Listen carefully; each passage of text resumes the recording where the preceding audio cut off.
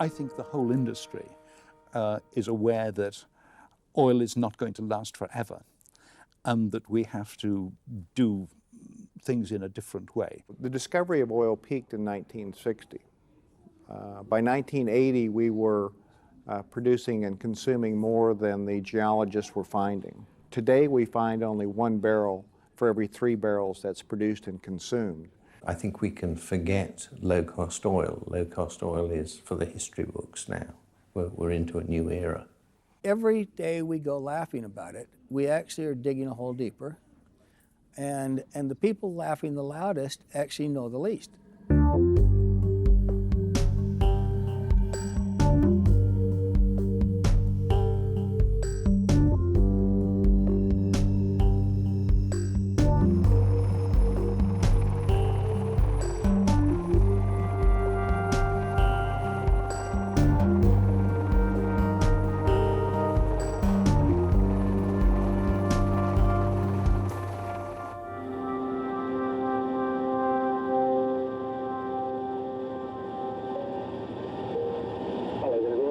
Just over 5 minutes on the run to the Alwyn. So once again, if you can check the seatbelts are secure, please. For those going on to the 706, we will be taking fuel. Far from these statements from experts from around the world, we leave Aberdeen, Scotland for the 3-hour voyage to Alwyn, a platform in the North Sea a few kilometres from Norway. A new crew of technicians has just arrived.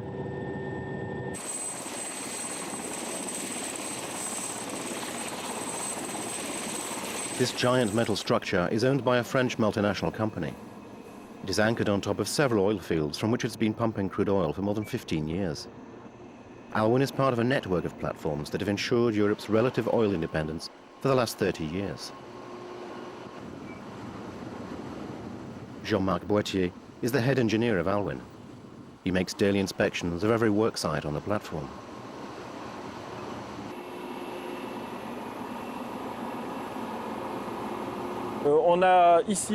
Water depth is 130 meters in this area. First, we install pipes through 130 meters of water until we reach the bottom of the ocean. Then we drill for 4,000 meters through soil to find the oil. The oil is trapped very deep inside rock, so there's high pressure and temperature. When a hole is drilled and we open this hole, the pressure makes it all rise. Gas mixed with oil is released like champagne out of a bottle. And at the surface, at the level of the oil well, we have a mixture of oil, water, and gas.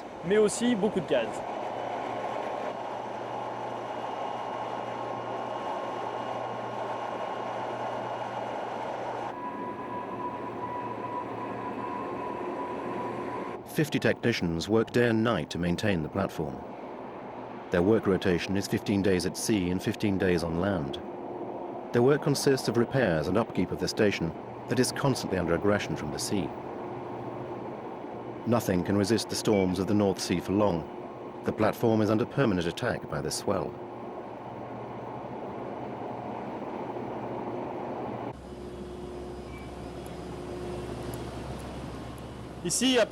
There's a lot of construction here at the moment for the installation of a new riser. This is a new pipeline to a new oil field satellite called Forby. This underwater field is 40 kilometers from here and will begin operating at the end of the year. In Alaska, Africa, the Caspian Sea, off the coast of Venezuela, men have thrown themselves into the ultimate race to fill their barrels of crude oil. They must seek it in more and more difficult conditions in the high seas, at abysmal depths, in almost impossible to reach places. The well-being of our economies requires an abundance of oil. Bill Cardno is of that generation of men who built the first platforms in the oil El Dorado of the 1970s. Today he's in charge of Alwyn.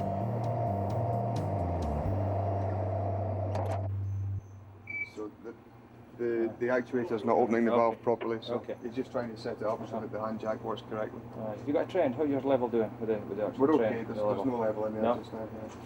Yeah. Is there any build-up at all? Sure you can. We're reaching out further and further. At the moment, the longest reach well is 5 kilometres from the platform. And we're looking at a front-end study at the moment to modify the equipment so we can do what we call a long reach well, 10,000 metres. We're looking at away from the 10 kilometres away from the platform. Jimmy, give us a radio check, please. Go ahead, please. Alwyn itself has had initially a 15-year life of field expectancy, and we're now at that time and we've gone beyond it, and we're looking at another 10 to 15 years. But there won't be no big discovery now, I think, in the North Sea. I think all the big discoveries are finished, and it's unlikely we'll find big discoveries like Alwyn and other fields round about.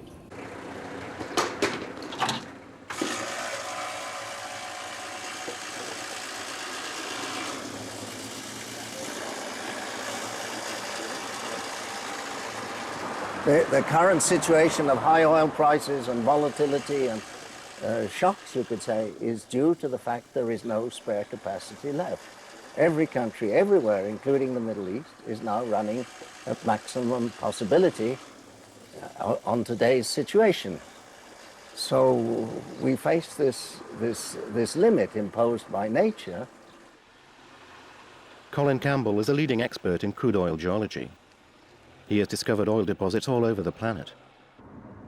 Campbell ended his career as vice president of a European multinational oil company. Today he spends most of his time on the road, carrying his message from conference to conference throughout Europe.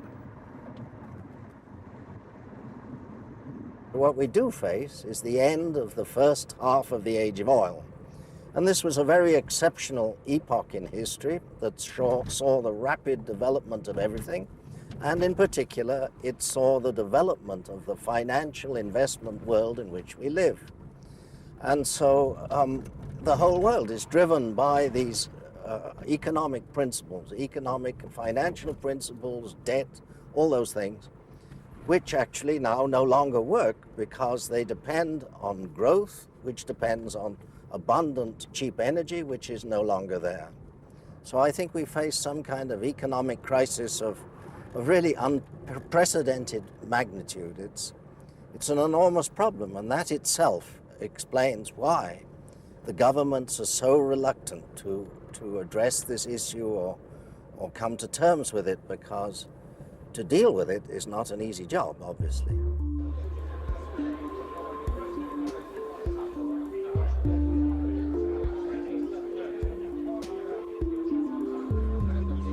Five years ago, Colin and other ex-oil industry managers decided to alert governments and the public. Each year, they organize international conferences to which they invite representatives of oil-producing countries and companies. I suggest that depletion is easy to grasp, as indeed every beer drinker in this room probably knows. The glass starts full and it ends empty. The quicker you drink it, the quicker it is gone, and the bar shuts at closing time. Now, this same principle, as I say, is so obvious, and it's the common experience for everyone, applies equally to oil and gas. These are obvious facts that multinationals and oil-producing countries officially refuse to admit. Matthew Simmons, a leader in Texas energy finance, is determined to convince them. A former consultant to President George W. Bush, he resigned from his position out of frustration with the unchanging position of the administration. In 1970, over half of the globe was locked out of any access to modern energy. And so almost everyone that used modern energy was the OECD. Today, you've got basically 5% of the globe that in Papua New Guinea, living up on top of mountains, that still don't know there is modern energy. And almost everyone else is actually hooked on the concept that they would really like to be like us. And so we now have insatiable demand, and we have it too old a supply. We've never had that before. London is one of the foremost financial capitals of the world. It is one of two leading raw material marketplaces where oil is sold. Brent quality oil, crude oil from the North Sea, is priced here. The city is home to many black gold analysts.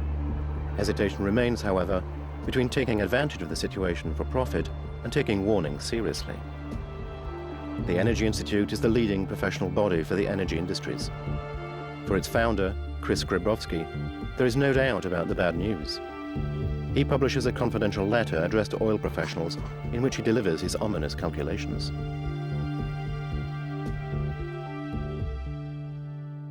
What has surprised people, and it's been a very unpleasant surprise, is in the case of the UK sector, is just how rapid the falls have been.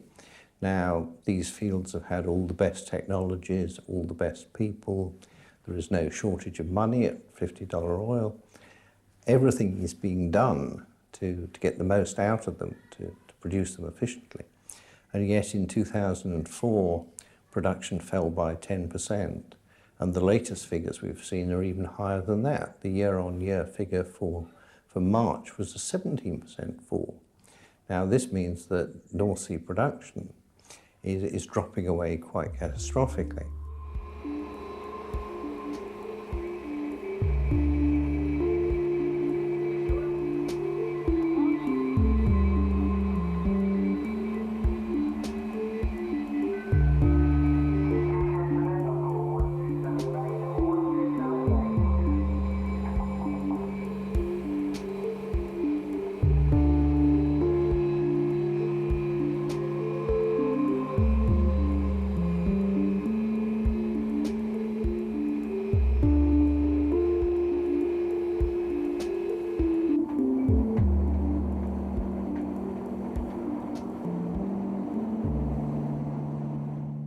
Alors ça, c'est le Brent. Quand on parle d'un baril de Brent, This is what we call Brent. That is crude oil before it is refined and separated into various products. Et séparé en différents produits. Les gros éléments For example, the large black elements will become tar. The liquid element will become gasoline. Et c'est pas de l'huile visqueuse. This is not viscous like paraffin oil or cooking oil. L'huile de cuisine. It's very lightweight and much like gasoline. De l'essence. Il est assez proche de l'essence, celui-là. This oil could almost be exported as is. Dans le pipe pour exporter.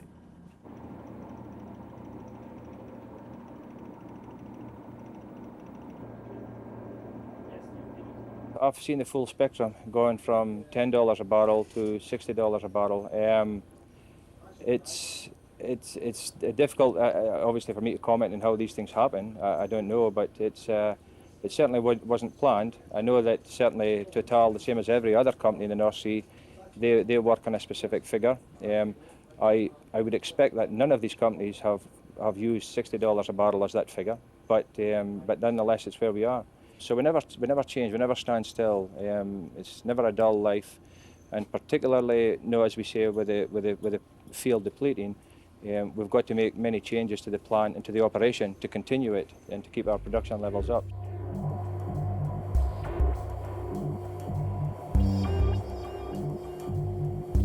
Faced with the foreseen general decline in oil production in the North Sea as well as the rest of the world, and the explosion of demand, how long can Bill maintain the delivery of 30,000 barrels a day?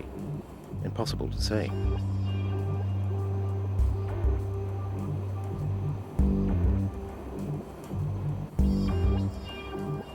At the headquarters of Shell in London, Lord Oxborough is one of the chairmen of this gigantic oil-producing machine. Is this multinational awake to the beginning of the decline in production? Hydrocarbons are becoming harder to find, and those that you can find are in more difficult places and smaller concentrations. It's going to cost more and more for us to extract these hydrocarbons. We have to start looking at hydrocarbons which previously had not been regarded as a fuel for a variety of reasons. And clever chemistry is helping us to exploit some of these, and I'm thinking of tar sands, for example, in Canada, or very heavy crude oils for which previously people had no use. And these we can now convert into useful fuels.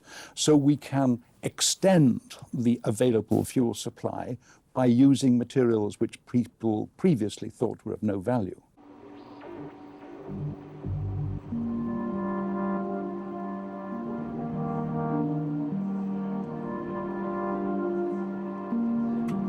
A Total Oil Company laboratory in Solèze, a suburb of Lyon. The heavy, inferior quality crude oil mentioned by Lord Oxborough is now more common than lightweight and easily exploitable crude. It is analyzed here and dissected by chemical engineers. With the use of chemistry and additives, they attempt to prolong the duration of oil use.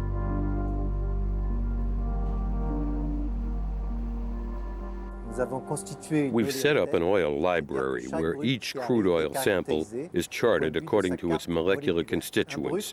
Crude oil contains thousands and thousands of molecules. We've identified these molecules for each sample stored in our library. We then decide the best use for these various types of crude oil.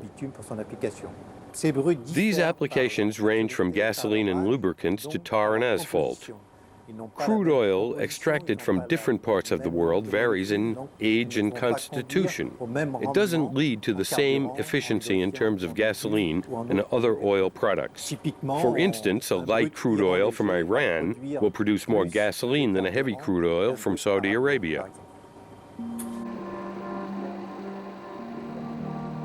These mixtures are then tested in the laboratory by chemists in mini refineries installed behind glass. The recipes for these new mixtures are then sent to multinational refineries where the crude is transformed on a large scale. Can we indefinitely prolong oil use? How can we respond to the exploding worldwide demand? Many economists have the view that, well, if you want more oil, just drill more wells. And this fits the normal behavior of economics. If the price of potatoes goes up, well, you grow more potatoes. But in the case of oil, it's a finite resource. There's only a limited amount there. There are only certain places in the world that have it, just for very well understood geological reasons. So the need for oil does not result in delivering more.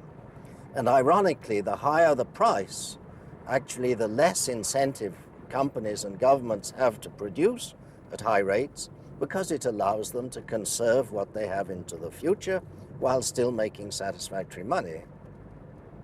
All the major international oil companies right now, like Exxon, I think has something like $25 billion, $30 billion of cash. And they don't know what to do with it because they don't know where to go next. So they might give it a good part of it back to the shareholders in the form of a big dividend. And that again is evidence that they're just running out of opportunities. Gasoline, for example, the most efficient mobile power source on Earth. That was the stuff that powered all those cars and trucks.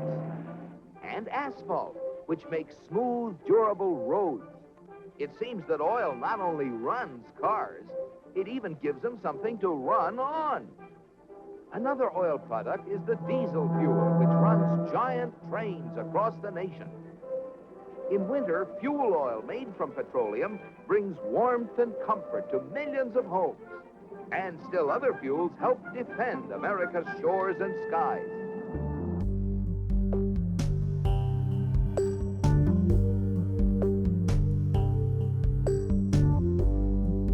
All the world's most accessible oil sources have already been explored, analyzed, and exploited. The multinationals and producing countries have largely profited from these gold mines through the democratization of transport methods. Around the middle of the 19th century came oil, and it gave a huge amount of new, easy, convenient energy. It was like having an army of slaves working for you for nothing. And the population of the world increased 6 times, exactly in parallel with oil. So one can conclude from all of this that, in fact, oil is the bloodstream of the economy. The whole world runs on oil.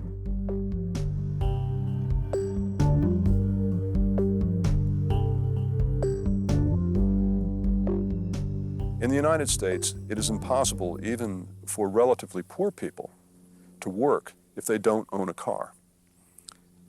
So they are, if you will, forced consumers. Chris Sanders is an expert in the world of oil. An economist and university professor, he is also a consultant to a number of American pension funds which invest in oil.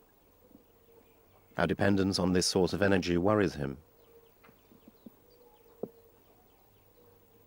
People don't understand how central it is. People don't understand that modern industrial agriculture is simply a process for converting the energy of oil into calories that they can eat. From the fertilizers that go into the ground to make plants grow, to the plastic packaging that covers the food in the supermarkets, it is oil, oil, oil. Oil companies compete with each other in taking the petroleum molecule apart and rearranging it into, well, you name it, fabrics, toothbrushes, tires, insecticides, cosmetics, weed killers, a whole galaxy of things to make a better life on Earth. The oil business, of course, is the biggest in the world, just about. And it brings enormous wealth to countries. In the Middle East today, for example, the cost of producing oil is still $5 to $10, let's say, and they're selling it at $50. So that means every barrel, $40 goes into their revenue. And this is what I would call profiteering. I mean, this is profiteering from shortage. It's nothing to do with the production costs. So it's a really unfair kind of thing. And I must say that in my job, I was eventually an executive of an oil company, and I found it's very rare that I ever told the truth. The management of my own company had a certain image it wanted, the government wanted a certain image, so one is living in a kind of world of images, and it's not surprising that everybody tries to develop the image that he's expected to give. Lies, illusions, abuse. The accusations of Colin Campbell have greatly unsettled the oil industry. The multinationals make billions, but they only represent 10% of the market. The large oil-producing countries hold 90% of the world's reserves. Why maintain the lies and delusions revealed by Campbell? Is there really enough spare capacity today amongst the producers to actually satisfy the very rapid increase in demand that we're seeing? We think the answer is no.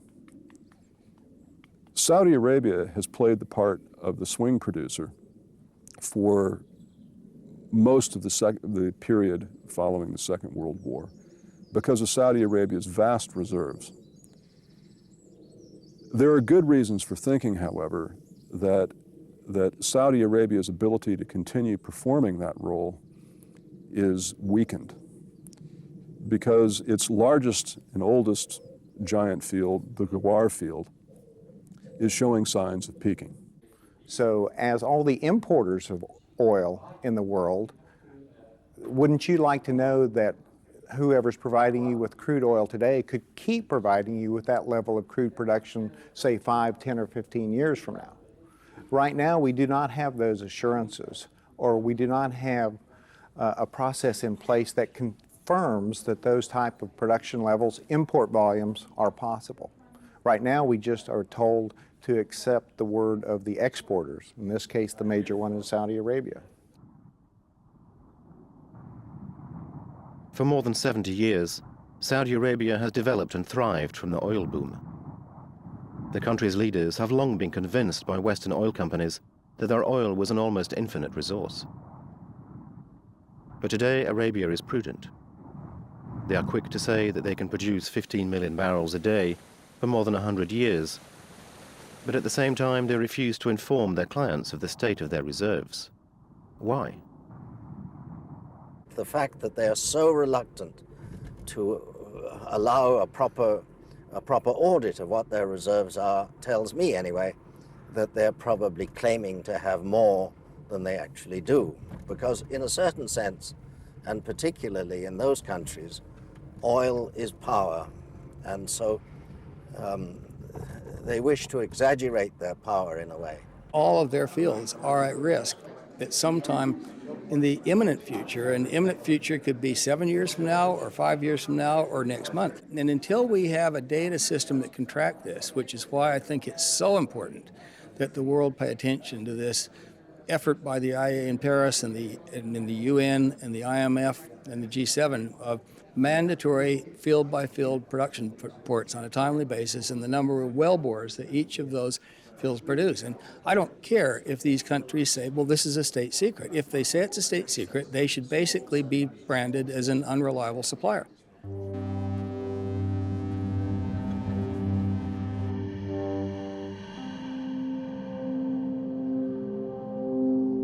Mandatory reserve inventory is Matt Simmons' holy grail. At the moment, the production and commerce of crude oil relies on a commercial system ruled by secrets and discretion. Crude oil extracted by the North Sea platforms arrives at the industrial port of Teesside in the north of England, conveyed by underwater pipelines. It is then loaded onto a tanker like the North Atlantic, a Danish-owned vessel chartered by a French multinational. The 200,000 tons of crude in this tanker must be delivered to a French refinery within 2 days.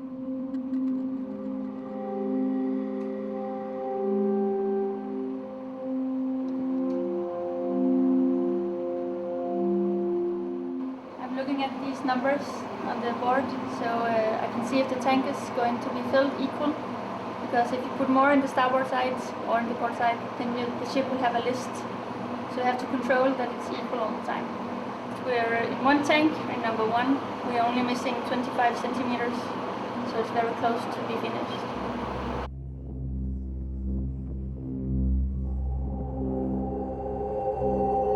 Stand by with the spring line. Only stand by. Stand by, spring. Lines on board, forward. Price lines on board, forward, thank you. Stand by, spring lines. Stand by, spring line.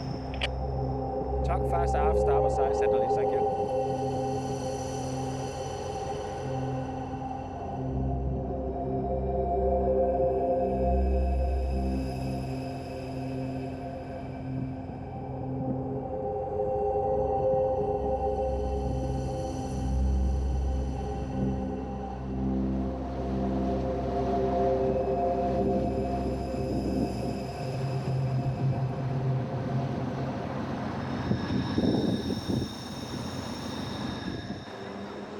The total absence of information about producing country reserves and crude oil trade figures are the speciality of Swiss Transparency, based in Geneva. Konrad Gerber uses guile and experience to obtain what little data he can. He pays dearly for essential information, which he then resells at a high price to banks in the oil industry.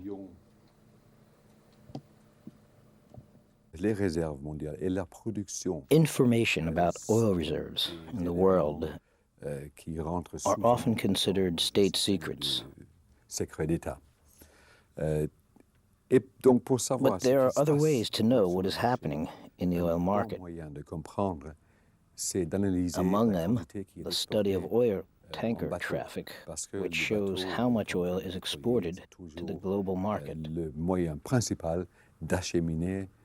This is a meticulous and painstaking task, requiring correspondence in all parts, all over the world.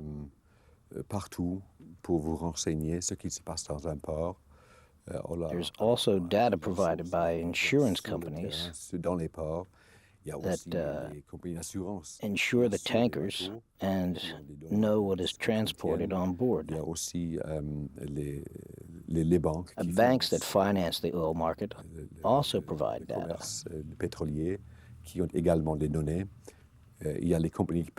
All these sources, scattered around the world, provide pieces of what we call the jigsaw puzzle. Pour le compléter.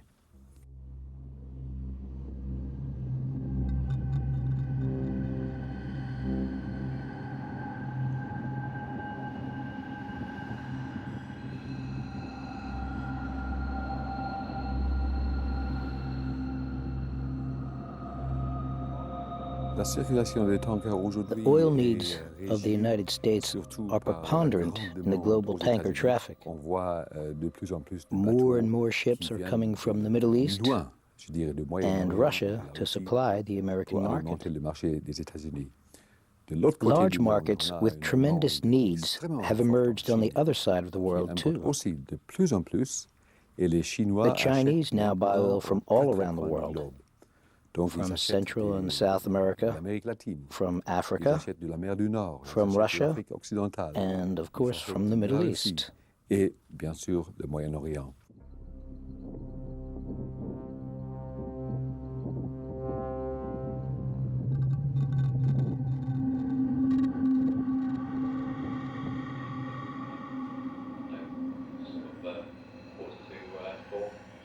Most of the oil are transported by the ship because they are still not using airplane for transportation of oil, and trucks they are not using so much.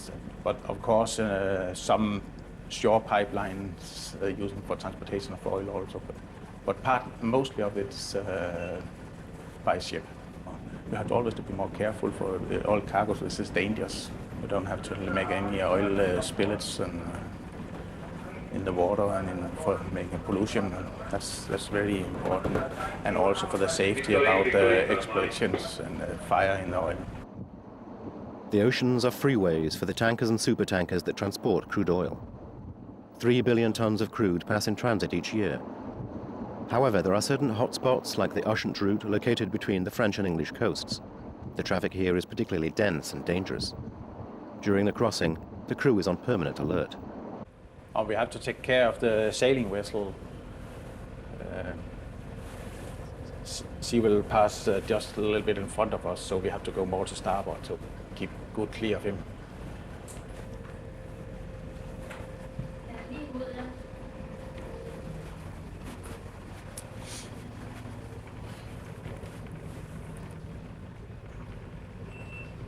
It's one of those crazy guys, one-man boat.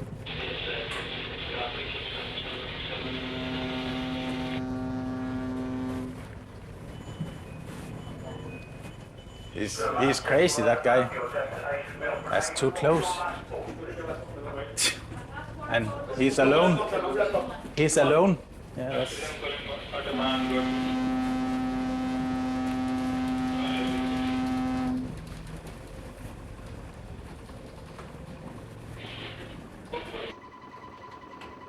Each incident is reported in Captain Egon Christensen's ship's log. The incident with the lone navigator will hold up the tanker for several hours. He will inform his office in Copenhagen.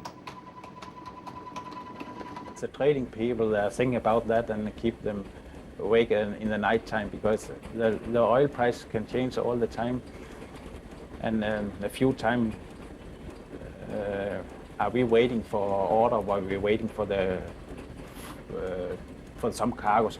And I don't know if we are waiting for cargo or the traders are waiting for the prices going up or down. I only get my instruction to when I have to tender notes of readiness, and then we start loading and to get my instruction to next port. And so I don't worry about the prices on the oil.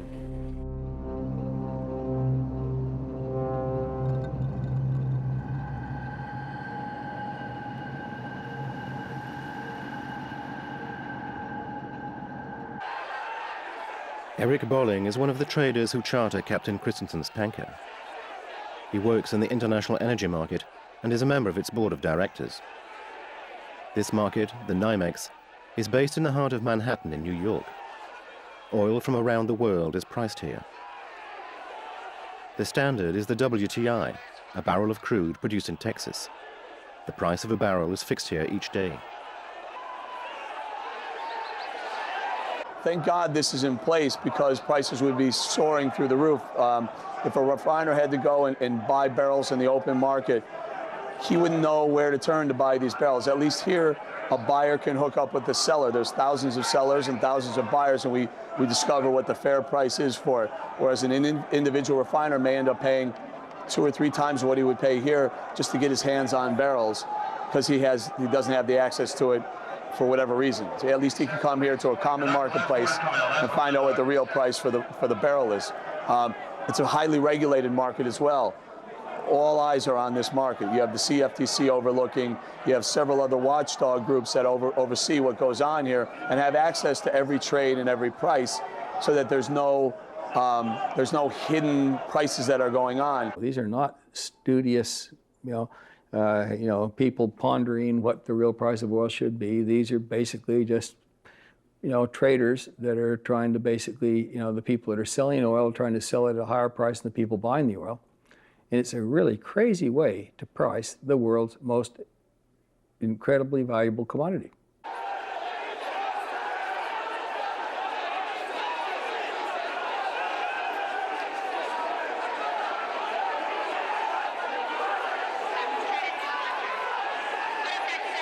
I watch these numbers very carefully, the week-to-week numbers in the Department of Energy, a market that trades higher, sells off, consolidates, and then trades higher again. So as a trader, I look for what happens after this sell-off. If it continues and continues and continues, well, there's a lot of room on the downside for lower prices. But if it holds at some point, most typically you'll see a new high, unless something fundamentally has changed, and that hasn't happened. When the Department of Energy EIA stock numbers come out, and you know, it's like all of a sudden someone hands out a racing form and tells you 2 minutes before the race is over who won the race. And that data is basically not very accurate data, but it's looked at as a proxy for what the global oil markets are all about, because we don't have any other data. Okay? How we ended up where we are today is an amazing story that someone's going to write a fabulous history book about, saying, you know, how did the world get so screwed up? Well, we thought we were so transparent.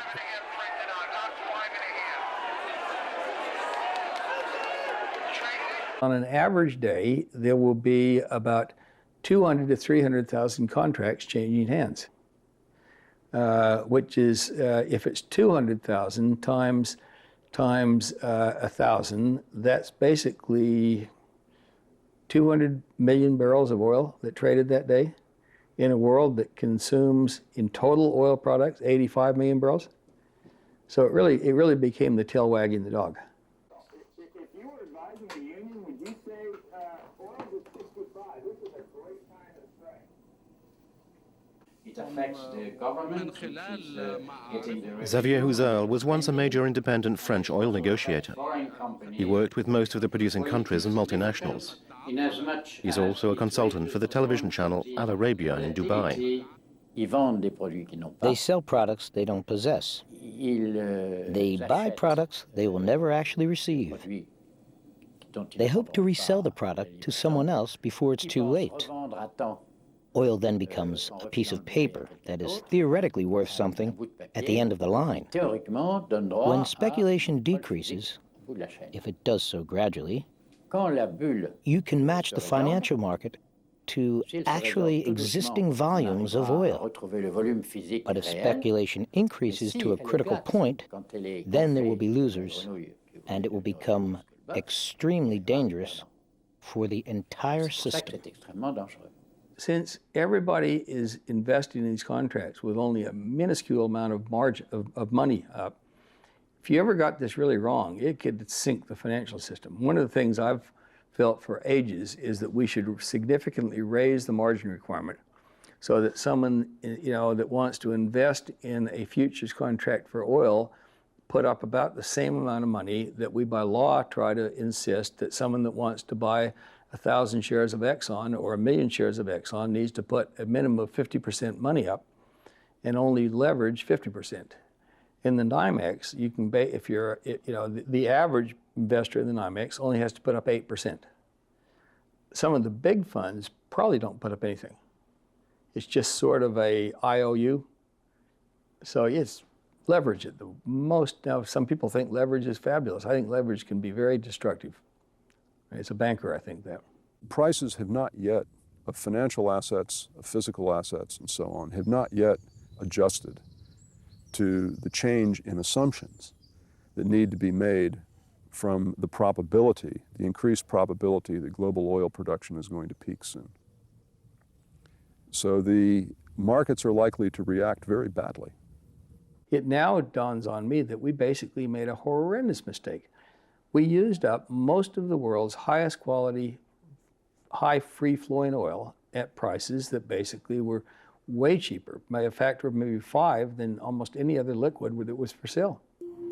And now we're left with a very unattractive, very lower quality remaining oil resources that we're going to have to pay prices that are exorbitantly high compared to what we got used to.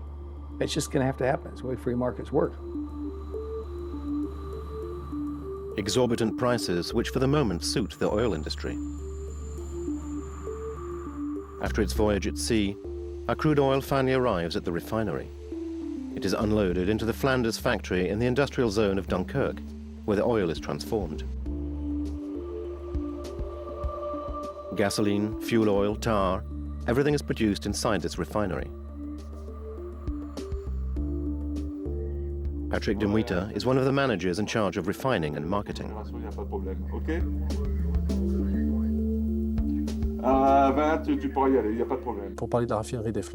The Flanders refinery hasn't modified its operations for the last 2 years.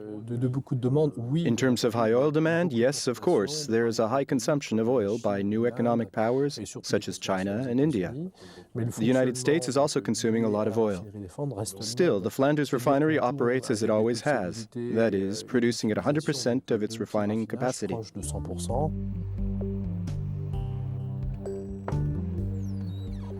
Saturated refineries working at 100% are an economic godsend for the oil industry. The oil multinationals therefore have no reason to increase their capacity. The expense of investment is too heavy. Oil that is rare and expensive is also a huge financial bonus for the state, the fifth source of revenue for France. The tax authorities are therefore present within the multinational refineries. The work here is methodical. Every drop of crude entering and exiting these refineries is liable to taxation, a source of tremendous income for the state, as well as a tool for restraining the constantly growing consumer demand, and no doubt a bit of both at different times. Philip Mayer is the principal customs collector in this refinery. He supervises a half-dozen customs officers and collects millions of euros.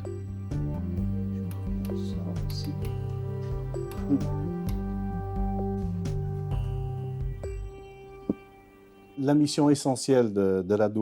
main mission of customs officers in refineries is to make sure that taxes are collected in an accurate way. The sums of money at stake are considerable. During 2004, for example, customs in refineries have collected $43 billion, roughly 60% of the nationwide customs income. For 1 liter of unleaded gasoline that costs 1.20 euros, taxes amount to 80 cents. Of those 80 cents, 60 cents are for the TIPP, Interior Tax on Oil Products, and 20 cents are for the VAT, the VAT. If the price of crude oil increases, the VAT will automatically increase, as well as increasing the overall price for oil for the customer. Price increases at the pump are a result of the worldwide explosion in demand that cannot be satisfied by today's declining oil production. For every 3 barrels consumed, 1 is produced. A decrease in reserves, the absence of major discovery for years, a disturbing situation. Ultimately, supply and demand have to be brought back into balance. That's a complex action, but part of that process has got to be to reduce demand. And usually what happens is there's a recession that forces a fall in demand. Government policy can have something to do with that as well, either by raising taxes, which was done in Europe after the oil shocks of the 70s, which was not done in the United States.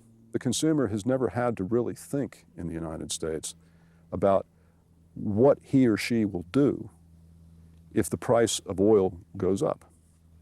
There's never been a real attempt to conserve. Are the decisions made by our politicians equal to the concerns of these oil industry and finance professionals? In France, the government is attempting to put pressure on the multinationals to lower pump prices. Should they tell the truth to gasoline users? Or should they lead them to believe that by making the multinationals lower their profits slightly, the problem of the availability and the price of gasoline will be solved? You know, to recognize peak oil and to do something about it, politicians have to have long-range vision. capitalism as practiced today is very short term. It sort of looks ahead to the next quarter. How did I do the next quarter compared with a year ago, so that my stock performance, so that Wall Street or the stock exchanges can view me favorably? Unfortunately, politicians today are more inclined to be like businessmen.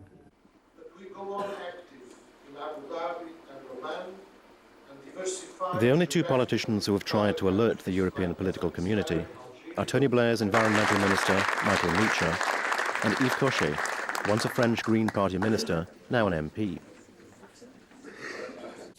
Political leaders often use the same argument: vote for me and things will be better tomorrow, when they should declare, vote for me and tomorrow won't be worse than today. This will be difficult to accomplish. As Churchill told the English and Londoners in 1940, we either give up and surrender like the French, or we resist and things will be hard for a while. We are now facing a relatively similar situation. We, as wealthy countries conscious of our responsibilities, should make substantial efforts by lowering our way of life and changing our mobility and food habits. But what political leader would give such a speech? Not many would, because this sort of speech is unpopular. It would be political suicide to propose such a change in our behavior. Political leaders turn a blind eye to the truth, but the truth can be grasped by anyone looking at the price of oil in New York or London. The truth is inescapable. The price of oil is rising, and even if we experience daily or weekly fluctuations, this is the global trend we are facing today. Only when the price of oil will be outrageously expensive will the politicians say we need to do something about it. So far, they haven't told the truth because they're prisoners of their own electoral agenda. Some of them aren't even convinced by the reality of the situation. That is why we are here today. We are militants, members of associations or members of the ASPO, and we are here trying to warn political and economical leaders of this dramatic situation.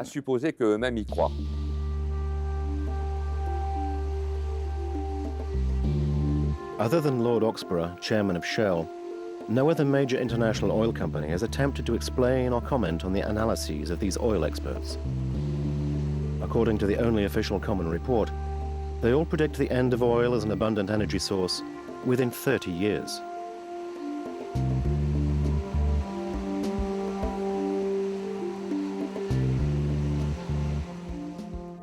I don't know how Shell is going to be doing business in 30 years' time, but the one thing I can say for absolutely certain is that it will be different from today.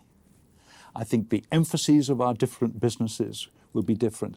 I have no doubt we shall still be producing hydrocarbons and selling gasoline and selling other hydrocarbon products. But I would be very surprised if the balance of our product line was not very, very different, and including many more products which were totally sustainable. This will then be the end of the great oil deposits, the end of abundance. Multinationals, producing countries and consumers will have to adapt to survive. Lord Oxborough is the only chairman of an oil company to have spoken frankly. In the producing countries, there is a general blackout. Oil is a strategic raw material, and reserves have become state secrets. To this day, no figures have been published concerning the precise state of their reserves. The same can be said for the multinationals, which do not reveal their results. The major international oil companies have no vested interest in telling you that they can't replace their reserves, and they're basically producing themselves out of business. You know, the last 18 to 24 months, the paradox is with the high energy prices, they've made more money than they ever have made. But only, as was, I think, mentioned yesterday, only BP has announced that it was able to replace its reserves plus 2%. All the others, Exxon, Mobil, Chevron, Texaco, and whatnot, in the last 24 months have not been able to replace reserves that they've produced in the last 12 months. And so typically what they do, and you can tell it by their names, BP, Amoco, Exxon, Mobil, Chevron, Texaco, they merge. Okay? So it's sort of evidence that it's a consolidating, contracting business. word now from tons of listeners telling us that the power is out. It appears the entire city is now under a massive power outage. They're giving us free flashlights and water. In apartment buildings that they need their air conditioning. Huge lineup, about 40 people. The lights are also out. Back in the 1979 gas lines in the United States, there were people that shot other people because they crowded into a gas line. And that gives you a pretty good sneak at what human behavior is like when you have something that's vital to your life and you can't get it. And so I think this is something we need to pay very close attention to. And the quicker people wake up to realize that we're not going to have an oil flood in the future, we are basically in all probability now peaking, the quicker we can start taking some fairly dramatic steps to start restructuring our economy and having things work.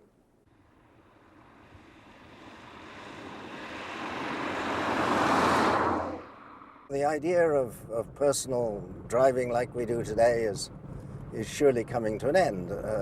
We may rediscover the bicycle. In fact, I think in the economic conditions that open, we will find a more regional kind of life. People will live more in their own communities, the markets will be more local. We will not see these enormous trucks moving goods all over the place. And in a certain way, one could say, well, it might be a nicer, better life. I don't know. I think the philosophers and more romantically inclined people say, well, maybe this oil turned out to have been a curse and it destroyed the natural way that people should live. So personally, I'm quite optimistic that the survivors, because I think there'll be an awful crisis and the tensions and everything, the transition is difficult.